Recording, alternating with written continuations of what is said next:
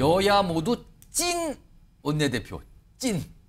그럼 뒤에 찐 뒤에 뭐 하나씩 뭐가 생략된 겁니까? 혹시 뭐 찐명, 찐윤 원내대표 이런 얘기인 것 같네요. 모두 찐 원내대표로 가는 거냐 이겁니다. 지금요.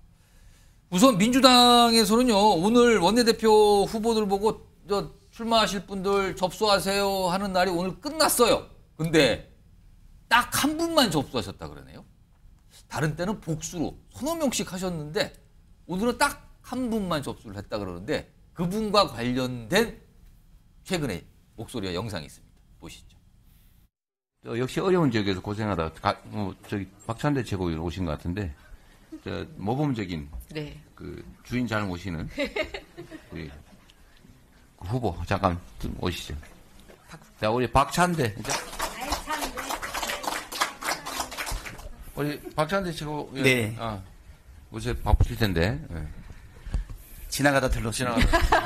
아니요 여기 왜 하필 여길 지나갑니까? 저는 이재명 당대표와 누구보다도 잘 소통하고 합을 잘 맞춰나갈 수 있지 않겠나. 이재명 당대표, 박찬대 원내대표 강력한 투톱으로 개혁과 민생 두 가지 과제를 균형 있게 해나갈 적임자는 저 박찬대다 이렇게 생각합니다. 자, 오늘 이 민주당의 원내대표 등록 결과 아까 한 분만이라 그랬는데 그 결과 좀 보겠습니다. 화면에 있습니다. 친명으로 꼽히죠. 굉장히 친명성이 짙으신 분이라고 인정받는데 박찬대 단독 출마입니다. 최근에 경쟁자라고 여기시는 분들이 약간 의중을 비추신 분이 있었는데 모두 불출마 선언을 했어요. 안 나간다고.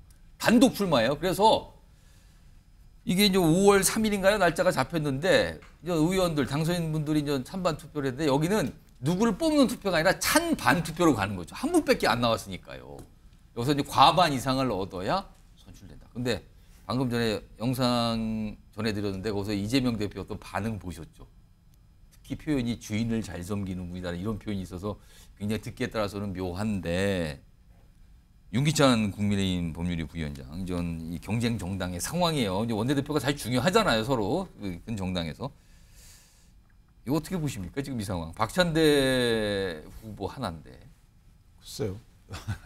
저는 개인적으로 이재명 대표가 아예 나서서 사실상 응원 내지 동렬하고 있는 거잖아요. 그냥 정리가 된 건가요, 그걸로 네, 그냥? 근데 이제 원내대표가 아시다시피 이게 이제 무기명 투표이기 때문에 예. 실제 모든 분들이 다 자기가 자신 있다고 하죠.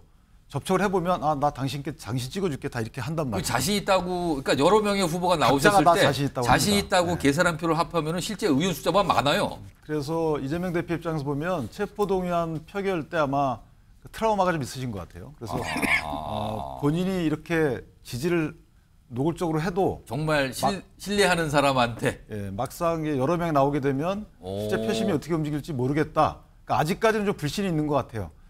그래서 이렇게 노골적으로 아예 경쟁 후보들을 아예 못 나오게 한 거잖아요. 아예 복수가 아니라 한 명만 딱 나오는 상황이 된 거다. 그래서 그런 시간이 좀 걸렸는데 예. 다소 조금 이례적이죠. 이례적이고 바람직해 보이지는 않는데 어쨌든 여러 명 중에 누굴 지지하는 것은 괜찮은데 예. 결국은 저는 물밑에서 출마 의사가 있는 분들이 주저앉혀진 것이다. 저는 개인적으로 그렇게 생각을 하거든요. 그런 과정은 나중에 다 나오겠지만 어쨌든 박찬대 원내대표가 잘 하시면 좋겠지만 지금 뽑히는 과정이 그렇게 썩 민주적이지는 않잖아요. 그래서 민주적이지 않다는 것은 앞으로 활동도 원내대표 활동도 민주적이 않을 가능성이 크다. 그 이유는 이제 이재명 대표의 마음을 헤아려서 또는 지시를 받고 그대로 추진할 가능성이 크기 때문에 그것이 과연 이재명 대표의 개인적 이익에 부합되고 그 국민적 이익에 반하는 경우에는 어떻게 할지 저는 좀 쳐다보겠습니다. 이거는요, 저 민주당에서 나오신 두 분께 제가 똑같이 한 1분씩 질문을 드릴게요. 우선 김준욱 전 대변인. 지금 윤기찬 부위원장은 다른 경쟁자 출마하려고 하는 분들 주저앉힌 거다. 사실상 이건 저 정도 얘기했으면 주저앉힌 거다라고 말씀하셨는데 어떻게 보십니까?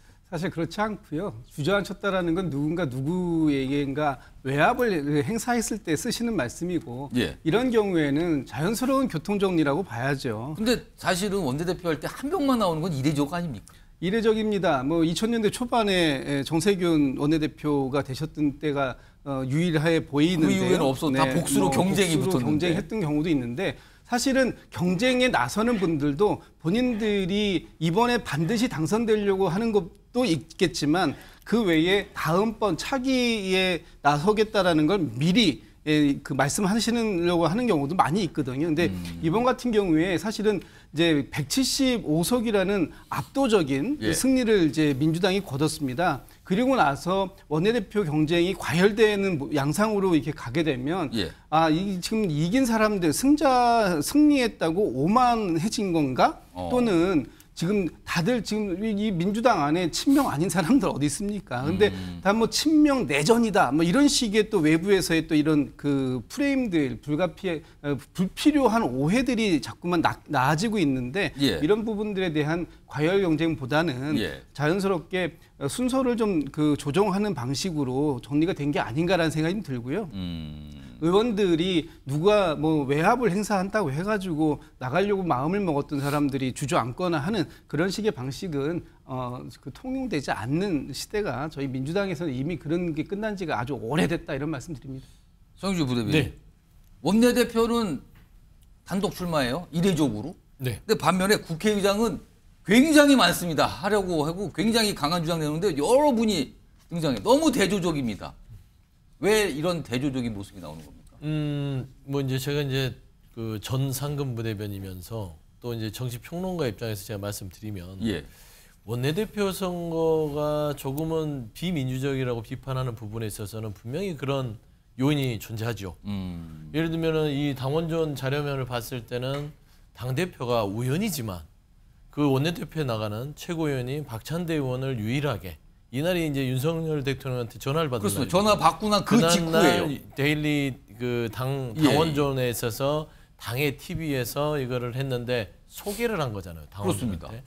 그리고 나머지 후보들 소개했나요? 안 했잖아요. 소개도 그냥 아니라 굉장히 칭찬하고 특히나 주인 잘 모신다. 이게 뭐 듣기에 따라서 묘한 얘기까지 박찬대 꺼냈단 말이에요. 최고만 어떤 우연의 일치인지 모르지만 그렇게 대표께서 여러 가지 얘기를 나누고 저 뒤로 오늘까지 단독 후보 출마하는 그 기간 동안 정말 많은 그 당내에 있는 후보군들이 이상하게 우연의 일치인지 모르지만 다 불출마 선언합니다. 이제 물론 이제 의원들이 노련하니까 예. 그 대세를 이기는 것이죠. 나와봤자 되겠느냐. 안 되겠구나, 저 그냥 정도면. 뭐 나가봤자 힘만 쓰고 돈만 쓰고 힘들겠다라는 판단을 할 수 있으나 그럼에도 불구하고 저는 두 가지를 체크하고 싶은 거예요. 하나는 굳이 박찬대 의원을 대표께서 저렇게 소개하면서 아주 오해를 살 수 있는 예. 어떤 그런 비민주적일 수 있다는 오해 첫 번째. 두 번째는 그럼에도 불구하고 대세가 박찬대 의원이라 하더라도 예. 나머지 의원들은 좀 어떤 좀 배포를 가지고 아니면은 설사 희생을 하더라도 이런 비난을 당하지 않도록 출마를 해서 한번 겨뤄보는 것들도 당을 위해서 뭐 하다못해 러닝메이트 형태로 같이 경쟁이라도 좀 하는 하고. 것도 하는 것이고 그래야 차기 후에 1년 뒤에 또 원내대표 출마할 수 있는 거 아니겠습니까? 근데 그런 걸 아예 포기했다는 것 자체가 예. 저는 여러 가지의 어떤 의원들 안에서의 복잡한 신경이 있을 것이다. 라는 측면에서는 뭐 정당 정치의 어떤 규정 아래서는 예. 싹 그러게 건강한 모습은 아니다라고 좀 말씀드립니다. 지금 민주당의 모습이 이래요. 원내대표 관련해서. 그리고 국민의힘 역시 새 원내대표 이제 뽑아야 되는 때가 오고 있어요. 비슷한 시점에 다 뽑아야 됩니다. 근데 아직은 뭐 후보를 받거나 누가 나간다 이렇게 공식적이진 않지만 묘한 기류가 있고 특정 인물 한 분의 이름이 계속 언급되고 있죠. 그와 관련해서요. 화면 좀 보겠습니다. 윤재호 국민의힘 지금 원내대표, 지금 비상대책위원장 권한대행을 맡고 계신데 어제 이철규 의원과 비공개로 만났대요. 이철규 의원이 최근에 이른바 원내대표 설이 강하게 도는 분이잖아요. 근데 이제 왜 만났냐에 대해서 이렇게 설명을 해요. 비대위원장 선임과 관련해서 의견 수렴 중이고 많은 의원들 만나고 있는데 그중에 한 분 만난 거지 뭐 특별하게 따로 의미 부여할 거 아닙니다라고 얘기를 하지만 당내 이철규 의원이란 인물의 위상과 연관지어서 보면 간단하지 않은 거 아닙니까? 라는 질문 나오고요. 혹시 이거 원내대표 관련 얘기 하셨습니까?에 대해서 얘기 안 나눴다고 밝혔어요. 50분간 비공개도. 일단 주목을 받고 있어요. 이런 상황에서 당내에서는요.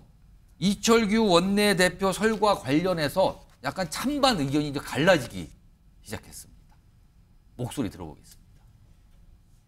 국민들께서 별로 이렇게 흔쾌하시지 않을 거다라고 생각을 하고요. 네. 당내에서도 여러 가지 반발 기류가 있습니다. 그러니까 친윤과 영남 쪽에 있는 그 분들께서는 일단 좀 한 발 뒤로 물러나셔서 백의종군 해주시는 게 당의 이미지 개선과 개혁 이미지를 다시 확보하는 데 도움이 되지 않을까.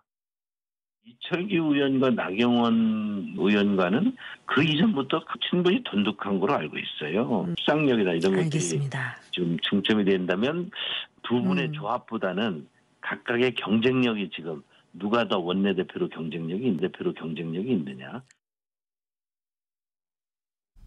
자, 송영문 전 대변인 분위기가 어떻습니까? 이철규 의원 설이 계속 나오는데 다른 분들 이름은 잘 안 나오고 특히 제일 많이 나오고 있거든 지금 정치권에서. 이거 그러니까 어떻습니까 분위기가? 일단은 이 원내대표 선거에서 화제의 중심에 서 계신 건 맞는 것 같아요. 이철규 의원이. 그런데 이철규 의원 한 분만 호명이나 거명이 되고 있는 건 아니지 않습니까? 예. 뭐 언론에 지금 오르내리로는 그 법사위원장을 맡고 있는 김도우 의원도 있고 뭐 여러분들이 계시기 때문에 민주당하고는 상황이 다르다고 봐요. 민주당은 이제 이재명 대표가 박찬대 의원에 대해서 일종의 명심을 시사하는 그런 제스처를 보이니까 3선, 4선씩 되는 중진들이 바람보다 더 빠르게 눕는 풀처럼 그냥 누워버리지 않았습니까? 그게 지금 민주당의 상황인 거고 국민의힘은 아직 뭐 지금 원내대표 후보 등록도 시작도 안 했는데 뭐 누구로 정해졌다 이렇게 볼 수는 없는 것이고요. 다만 그 이철규 의원의 그 원내대표 후보 거론과 관련해서는 이걸 개파로 볼 문제는 아닌 것 같습니다. 저는 왜 그렇게 보냐면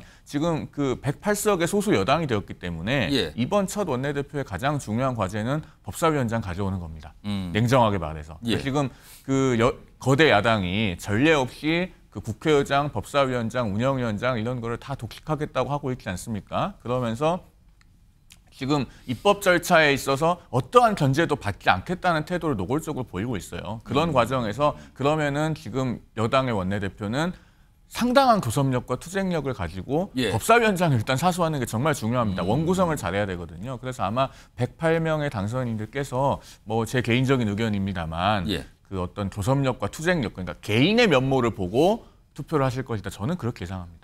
자, 그렇다면은 어떤 가능성들이 뭐 지금 사실 민주당 쪽은 가능성이 커진 거고요. 뭐 찬반 투표니까 찬반, 절반 이상만 넣으면 되는 거고 지금 여기는 이철규 의원 설이 나오고 있는 상황인데 이 사안과 관련해서 이제 전망들을 하시는 분들이 있네요. 들어보겠습니다. 이제 박찬대 원내대표가 민주당에서 유력해지고 있는 상황이고 박찬대 원내대표의 경우에 찐명이고 민주당의 강경 기류를 그대로 반영할 가능성이 높습니다. 이런 대치 국면에 있어서는 우리 국민의힘 원내대표는 또 그에 맞상대할 수 있는 역량이 필요하고 있었죠. 이재명 대표의 복심인 박찬대 의원이 민주당의 원내대표가 된다고 하면은 저는 윤석열 대통령의 복심인 이철규 의원이 국민의힘 원내대표 되면은 복심끼리 괜찮아요. 영수회담의 연장선상처럼 서로 협력하고 싸울 때 싸울 거 아니냐. 그래서 근데 또 좋은 파트너가 된다. 약간 소영주 부대표님. 네. 아까 제목이 처음에 여야 모두 찐 원내대표. 친명중에 아주 짙으신 분. 친윤 성향이 짙으신 분. 이게 원내대표가 그냥 각각 되면 이거 극한 대치. 원내대표는 이제 원내 상황과 현안에 대해서 법안 이런 거 다 협상하는 아주 가장 고위직이거든요. 그럼 이 두 분이 이런 식이면 성향이 이렇게 강하면 협상이 되겠느냐. 걱정의 목소리가 나와요. 이거 어떻게 보십니까? 뭐 동전의 양면을 갖고 있는 것이죠. 협상이 잘 될 때는 이견이 없으니까 원활하게 되는 것이고요. 그렇지 않겠습니까?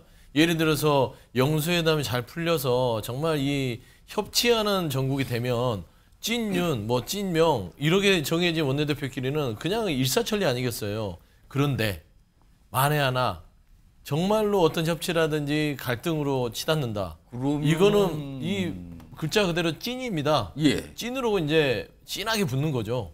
그러니까 이거는 이제 더 이상 이게 그 당내 안에서도 어떤 이견이나 조정 능력이 없는 겁니다.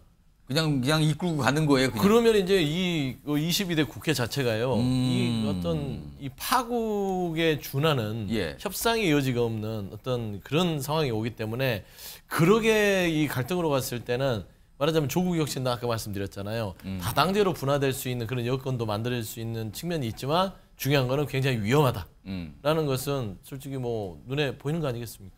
자, 5월 초면은 여야 모두 원내대표가 확정이 돼요. 그러면 그 이후에 모습이 아마 나타날 겁니다. 상황입니다.